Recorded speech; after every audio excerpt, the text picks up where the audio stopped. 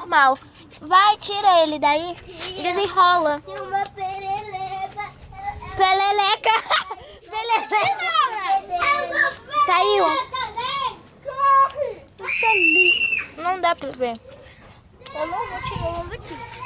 Vai, vai. Vai. Calma, mais um pouco e ela sai. Mas ela vai ser muito inteligente. Não, perereca é inofensiva. Então o fofinho vai te comer. Elas são herbívoras. Jonathan, seja homem suficiente.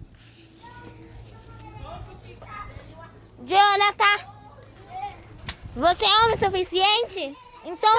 Então desenrola logo. Meu Deus! Ele contou pro vovô. Ai, Jonathan, você não é homem. Eu sou. Ai! Olha, eu disse. Ela tá viva? Tá, né?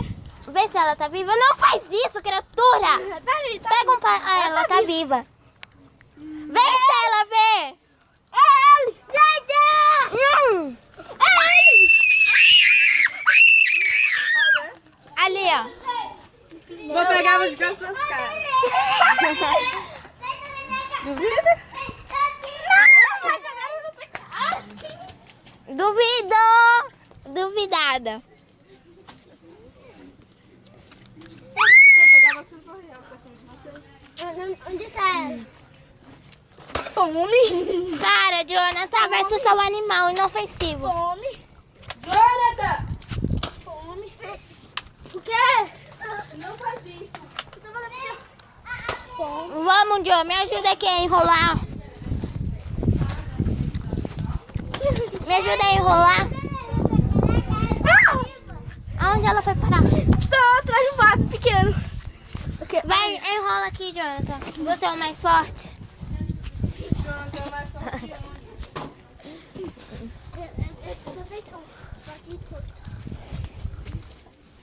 Ela vai enrolar assim. Assim, né? Vai. Eu coloquei no desenho.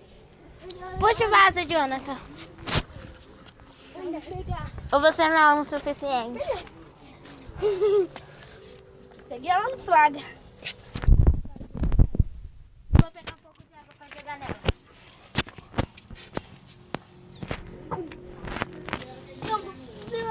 A perequeca tá aqui dentro. Perequeca. Cara. Eu posso ver? Vê. Não joga nada. Deixa eu pegar e tirar ela daqui. Não pode. Deixa eu molhar ela um pouco. Ela tá... Não. Vou tirar ela daqui. Pega ali. Para de molhar. Molha ela. Tan, tan, tan. Deixa eu ver. O que foi? Ela se mexeu? Mexeu. Tô brincando. Não mexeu. Varre ela. Vocês saírem daí. Ela vai virar. Ela vai. Você vai matar ela desse jeito! Você tá sabunda?